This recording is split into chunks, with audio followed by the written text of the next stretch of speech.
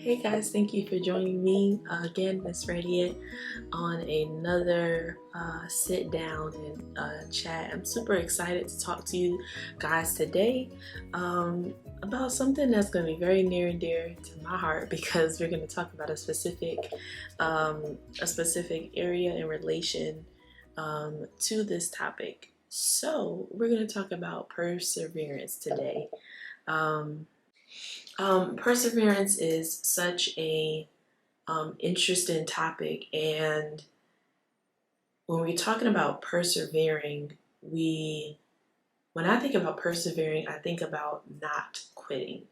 And as I do these videos and I talk to you guys more and more and more, it's like they all roll in to each other. So I feel like I'm repeating myself a little bit, but if you're taking notes, if you're really um, zoned into what I'm saying, you can really see how they work together and how they're also separate. So when I think about perseverance, I think about not stopping. I think about resilience. I think about bouncing back, moving forward despite of. And I'm going to read a quick definition for you, and it goes right in alignment with what I'm saying. Persistence in doing something despite difficulty or delay in achieving success. Whoa. I know I have planned to do so many different things in my life, and from losing weight, we're just going to be transparent, honest in this video, from losing weight, from trying to obtain degrees, from trying to even something as simple as saving, and not necessarily meeting my goals, or from my perspective or my take, not reaching a level of success that I would desire. I think when we are planning different things, or we're going throughout life and we're trying to plan for our future, plan for our children, plan for marriage, plan for whatever area in life that we desire, we have a tendency on shifting and moving before we ever see results. And I guess my area of encouragement for you today is to encourage you to persist in the areas in which you started.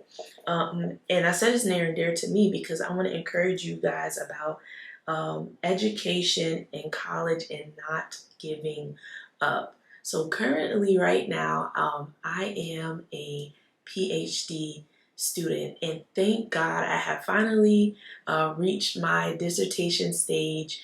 And I love the school that I'm currently attending. However, this is the third school, the third school that I have enrolled in trying to get a doctorate in criminal justice, or I think my first one was business administration, or a PhD.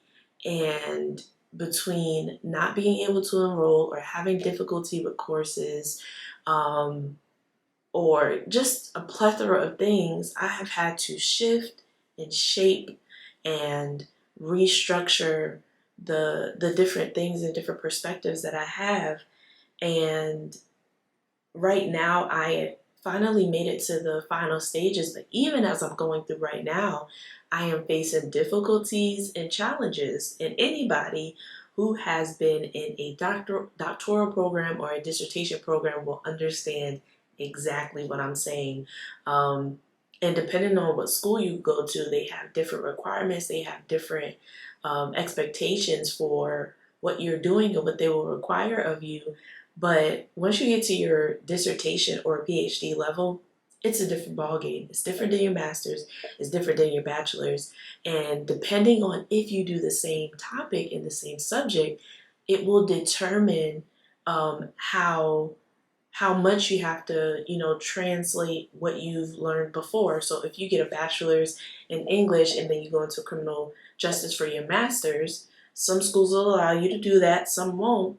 you're going to have a learning curve because they'll use certain jargon that you learned in your bachelor's. However, if you maintain your bachelor's in English to master's in English and so on and so forth, what ends up happening is the requirement for the papers and the how much they want you to go in depth just broadens. But you still have that foundation. So it more focuses on comprehension, and being able to take ideals and um, paraphrase them into your own while expressing an ideal and deliberating an ideal with in context of other, I was going to say scriptures, but of other scholarly articles. Blase, blase, blase, blah. The point is, it can get very, very difficult and challenging. And if you're used to breezing through, a bachelor's level assignment and a master's level assignment, you can't necessarily breeze through a dissertation level assignment because of how much more in depth they want you to go. And if I am honest, it has not been easy. It's been a mental game. It's been a mental battle. And it's like, okay, whether I'm struggling with an assignment to go further in depth or find a scholarly article to back up what I'm saying, whatever the case is, and making sure that I am fully deliberating what is being asked and required of me and giving quality work. It's not the same, like I said, as your master's or bachelor's level. So I have, while dealing with that and having the experience of breezing through my other degrees, I've had to make sure that in my mind, I have a stance of persevering. And on top of that, I'm doing some other things for business and learning and doing some other courses and those different things. And it can be a lot to have a desire, have a goal, have a dream, have a vision, and you keep facing difficulties. You set out a goal, I want to be done by X, Y, and Z time, and you don't meet that goal.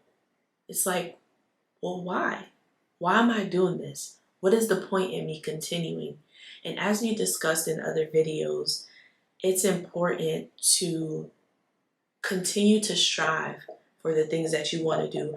I don't care what it is. I don't care if it is as simple as you wanting to learn how to sew, learn a different language, help somebody, help the homeless, whatever it is for you. We cannot give up on the things that God has laid on our hearts, that God has laid in our path for us to deal with.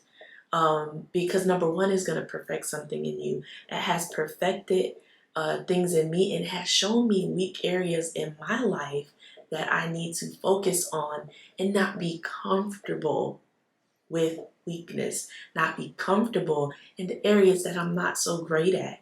And it shines a light on those. And I think that's what perseverance brings out. Perseverance brings out the areas that you are weak in. Because if you have to persevere and the difficulties and achievements are because you are not as adept in a topic, or because you don't have resources, or whatever the reasons are, if they're within your control, then it brings out a weakness within you. So a lot of times, instead of persevering, instead of continuing to go to school, instead of going for that certification or that job, or saving that money or setting new financial goals, we just say, well, maybe this is not for me. And because you say it's not for you, you never try to triumph over the area that you have not seen success or achievement in. And I know in my life, I have seen that. time and time and time and time again. I have a certain expectation for certain things, and if I don't meet that expectation, instead of persevering over what I see as an obstacle or something that I have not accomplished, I just say, oh, well, this is not it. I've done that. So I'm not saying something that I have not experienced or that I have not dealt with myself. Perseverance is important because it allows you to face the areas in your life where you are weak.